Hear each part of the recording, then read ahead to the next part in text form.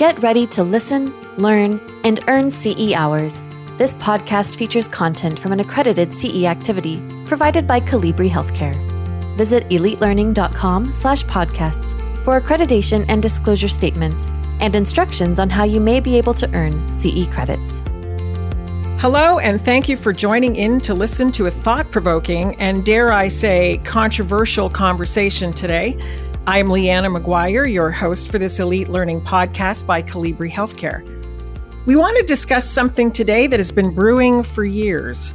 Should nurses have to share their personal information regarding their mental health and/or their psychiatric history for licensure renewal? Let's allow a moment for you to consider that a little bit. What are your initial thoughts? Is there any kind of gut feeling leaning one way or another? If you're a nurse preparing to take your nursing board exam, or if you have been a nurse for any length of time, what would you do if you look at your information for obtaining a license or renewing an existing license and see a question about divulging your personal mental health history? In some states, this is an issue that nurses face. One of the purposes for this podcast is to analyze and better comprehend the issue of disclosure of nurses' psychiatric history or current mental health information as connected to licensure. Through the podcast episodes, we will review the current controversial issue about disclosure, discuss how the Americans with Disabilities Act, or ADA, might weigh in on this conversation, and consider reasons for and against collecting this kind of information.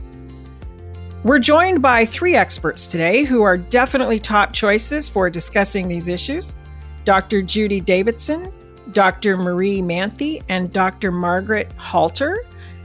Some may recognize Dr. Davidson and Dr. Manthe as the influential nurse leaders from Nurse Suicide and Substance Use Disorder: The Shocking Truth, another of our Elite Learning podcasts by Colibri Healthcare. We have the privilege of also talking with Dr. Margaret Halter, who you go by Peggy, correct? Correct. And we're thrilled to have all of you here. Here is a brief introduction of each of our subject matter experts today. Dr. Judy Davidson is a nurse scientist and thought leader whose research has centered on suicide of healthcare professionals, suicide prevention, workplace wellness, and second victim syndrome. A nurse scientist, editor of Nursing Journal, and educational consultant, she has a wealth of information to share with us today.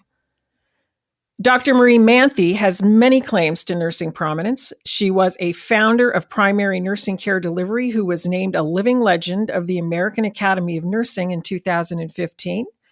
She is currently President Emeritus of Creative Healthcare Management and spends much time talking and spreading awareness about mental health and substance use disorders. Dr. Peggy Halter is a PhD prepared advanced practice registered nurse.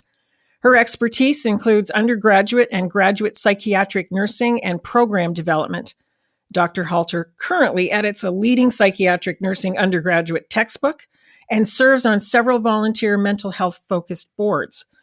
Health policy is another area of interest, and she has held local, state, and national leadership positions as an advocate for the profession of nursing and our patients. Dr. Davidson, is there anything you would like to add by way of introducing yourself?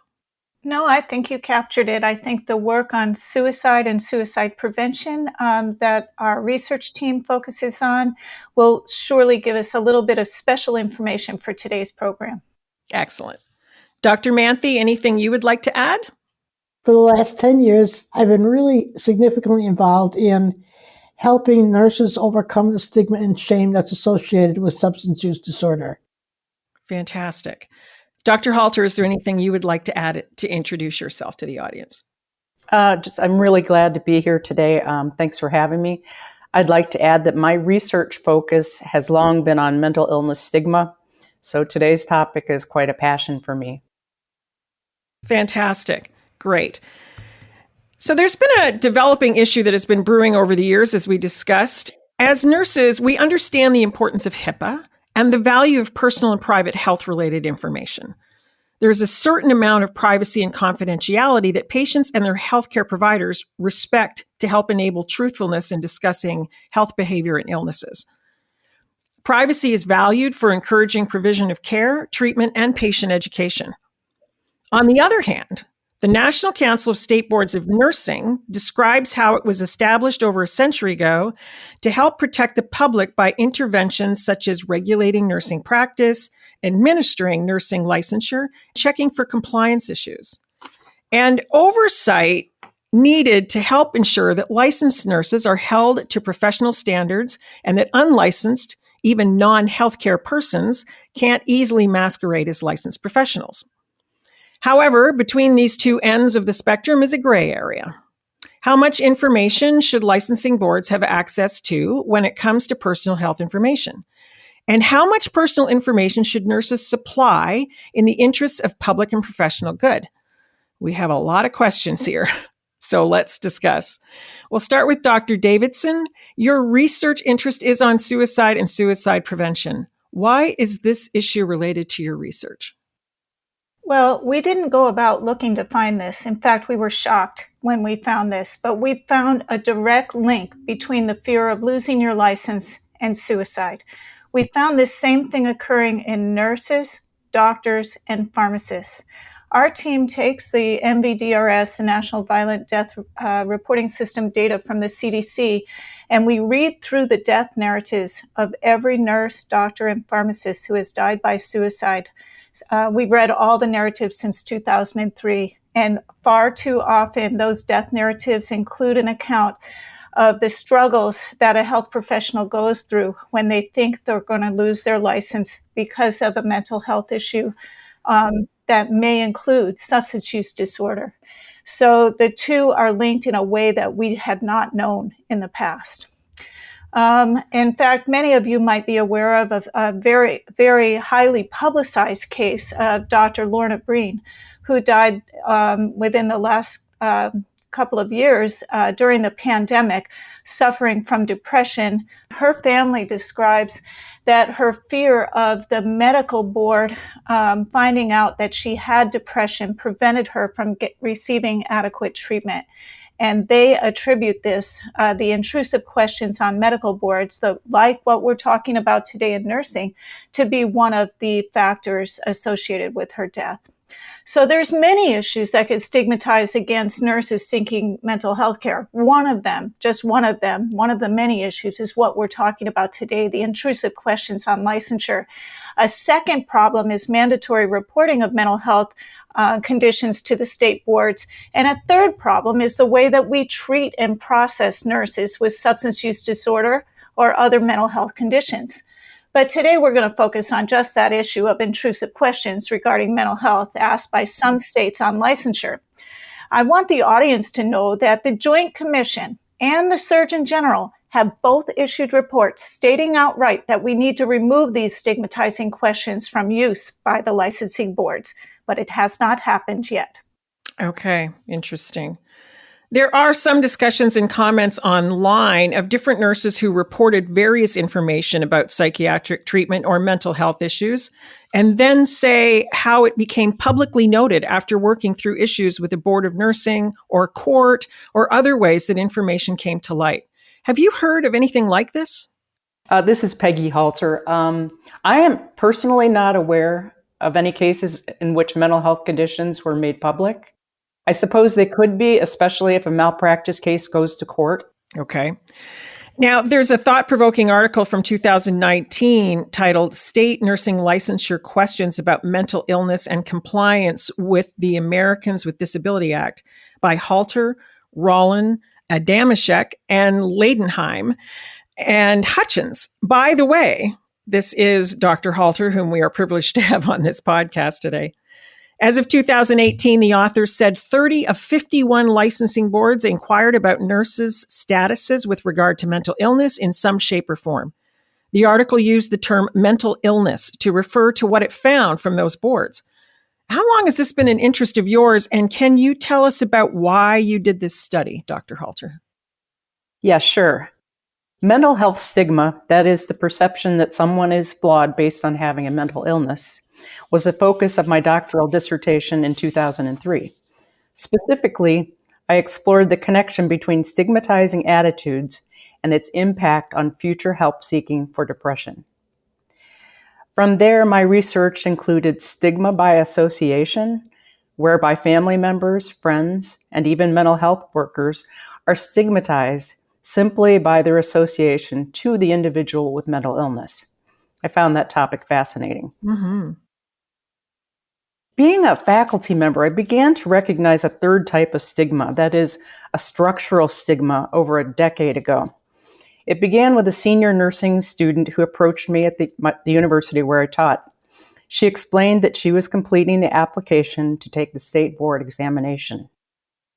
They are asking about treatment for psychiatric conditions, she said, and I've been treated for a bipolar disorder. She became tearful, hardly able to talk. She says, after 4 years of hard work, I'm not going to be able to be a nurse. I felt so bad for her. Yeah. I acknowledged her fear, but assured her that treatment would not be a barrier to her nursing candidacy. But that experience put me into action. I thought, what can I do about this? I mean, what possibly can the state board be doing with the answers to these questions? I contacted the State Board of Nursing and asked for the rationale behind asking if a person had ever been treated for a mental illness. Their first response was, well, we do that because that's what the Medical Association does. We use the same wording. And I said, oh, that doesn't sound right. Okay, I said, but what is the purpose of the question? The board member responded, to protect the public. Although I pressed the issue, I didn't receive a reasonable response on how collecting information about psychiatric treatment and collecting records protect the public. After all, is not getting treatment a safer approach? Yeah. I recognize these types of questions as a sort of organizational or structural stigma. After all, the highest law of the land in nursing is suggesting to students who receive treatment that they are flawed. Disturbingly, on my state's renewal application, the question about mental illness appears right before, are you required to register as a sex offender? Questions are right next to each other. Wow.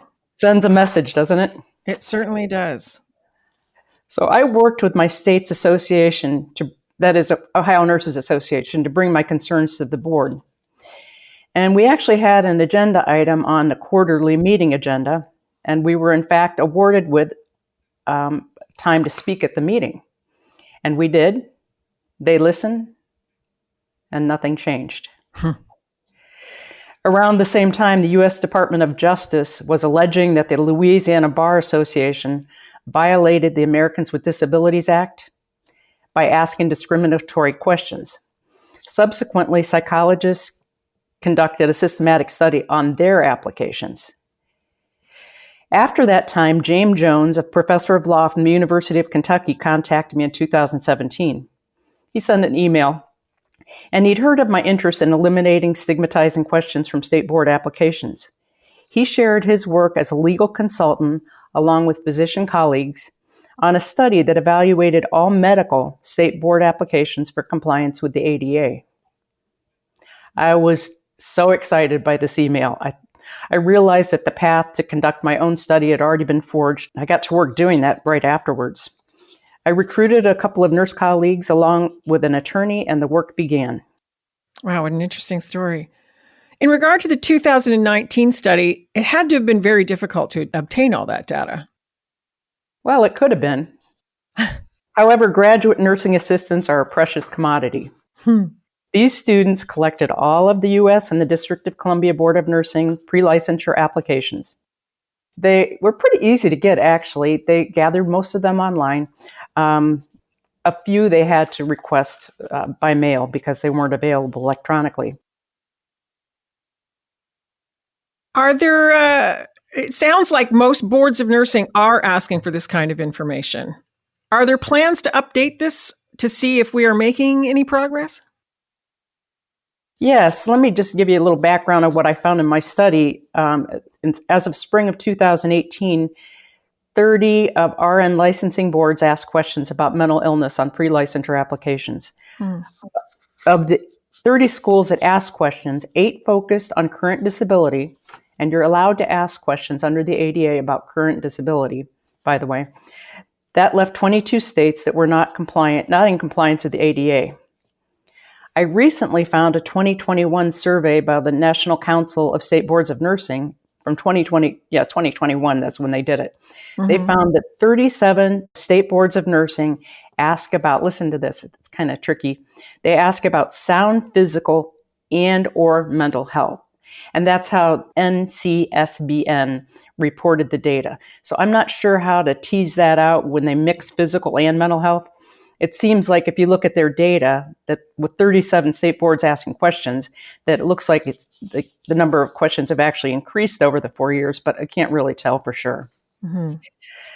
But what's been interesting to me is over the years, I've received feedback about our article from a few nursing boards. And it's mostly been positive. Hopefully, this information shined a light on a real problem and that the problem was addressed in some cases. The only way to know if changes have been made in the intervening years is to repeat the study.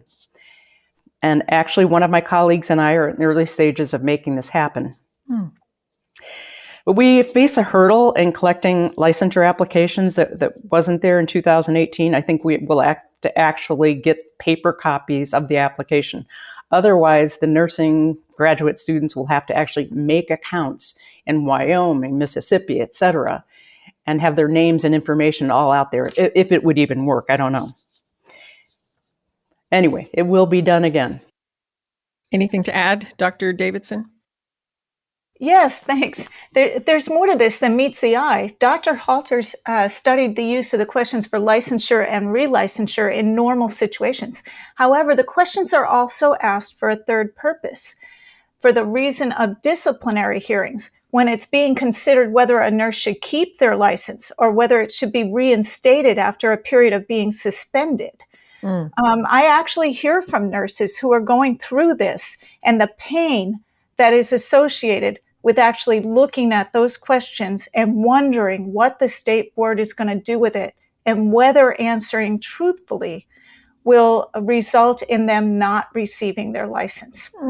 So even if your state's in the clear from Dr. Halter's report, we still need to evaluate whether the ADA non-compliant questions are being used for disciplinary evaluations and hearings.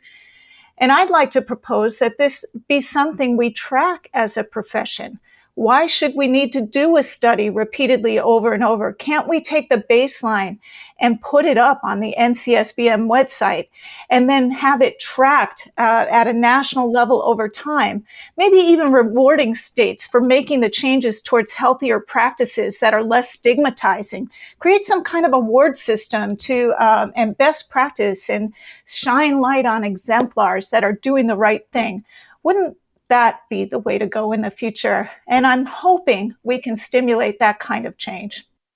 It certainly would. Yes, I agree. Do you have any data on the prevalence or how common it is for adults in general in the United States, or even nurses specifically, to have been diagnosed already with any kind of mental health issue?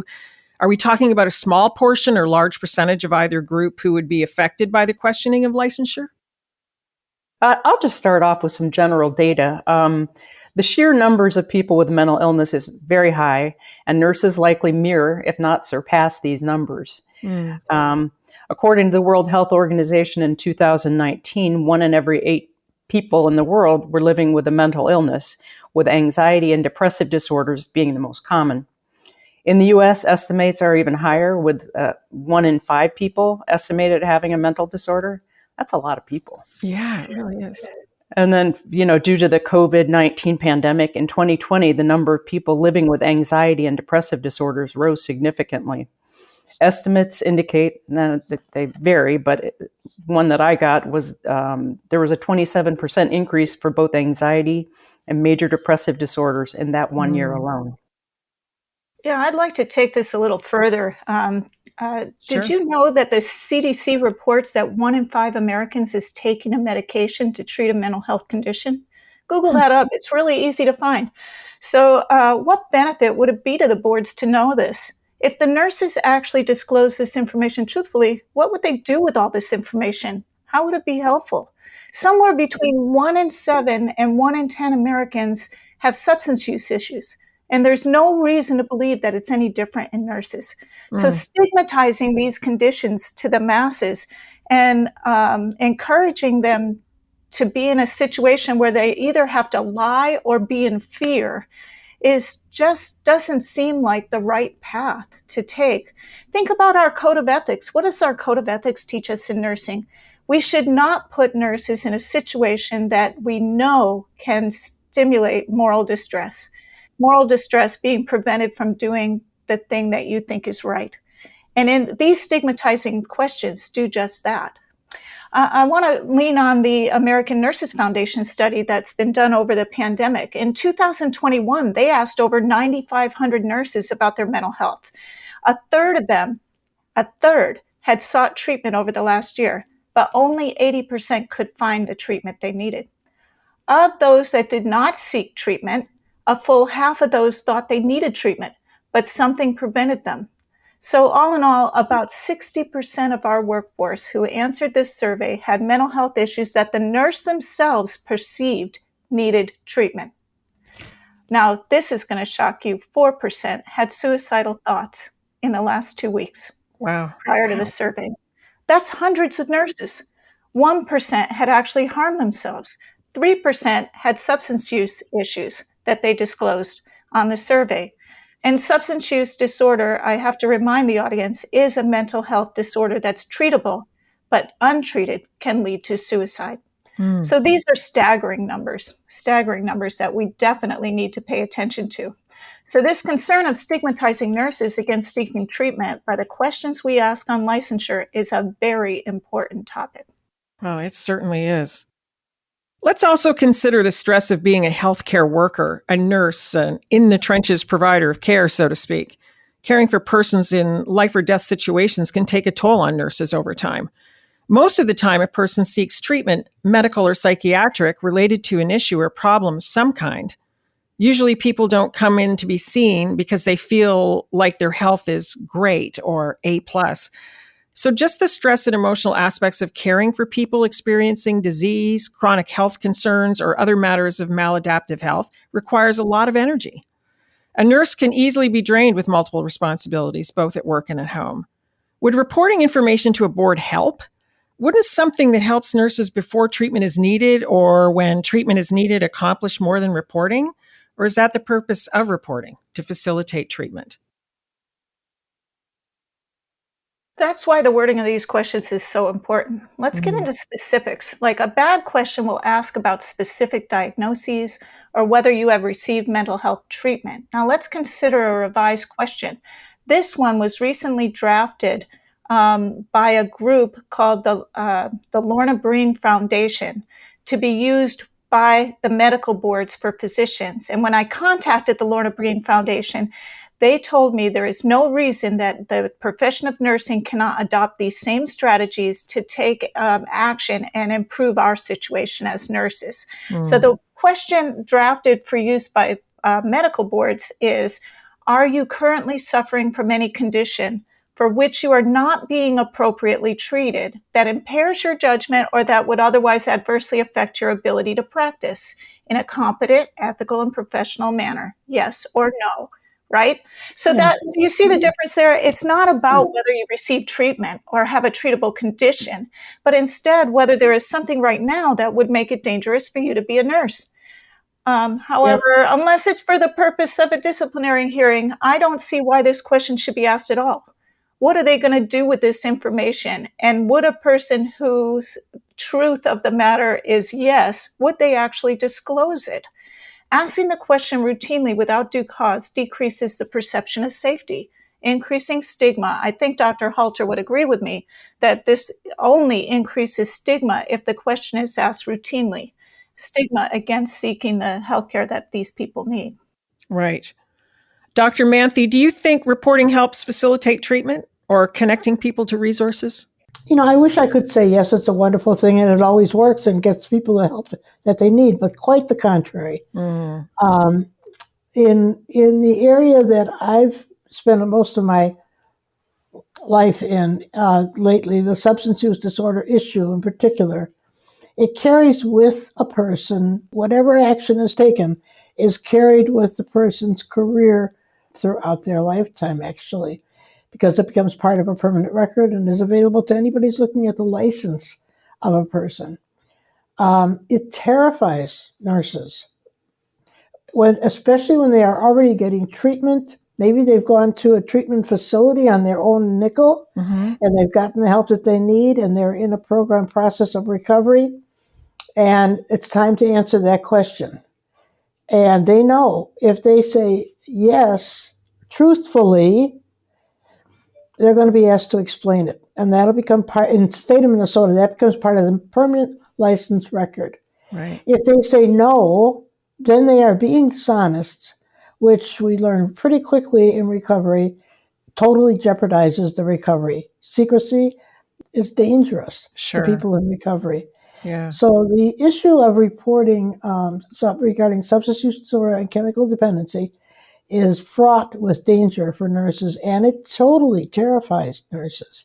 Yeah. It is very difficult. And then on the other hand, take the nurse who's in recovery and is doing really well, and now she wants to expose the conspiracy of silence. She wants to open that up to a process of recovery of a disease, and she decides to start talking about her recovery. If she's interested in a promotion later on in her career, that's going to follow her, and it's going to impact the kind of decisions that her potential employers will make. So it's fraught with danger both ways. Yeah, I can see that. It's time to conclude episode 1 of this podcast. Please return for episode 2 as we continue discussing possible issues surrounding sharing mental health and psychiatric history information with licensing boards. A sincere thank you to Drs. Davidson, Halter, and Manthe for joining me. This is Leanna McGuire for Elite Learning by Calibri Healthcare. This podcast featured content from an accredited CE activity provided by Calibri Healthcare. Visit elitelearning.com/podcasts for accreditation and disclosure statements and instructions on how you may be able to earn CE credits. Take your learning to the next level by subscribing to more podcasts on compelling healthcare topics.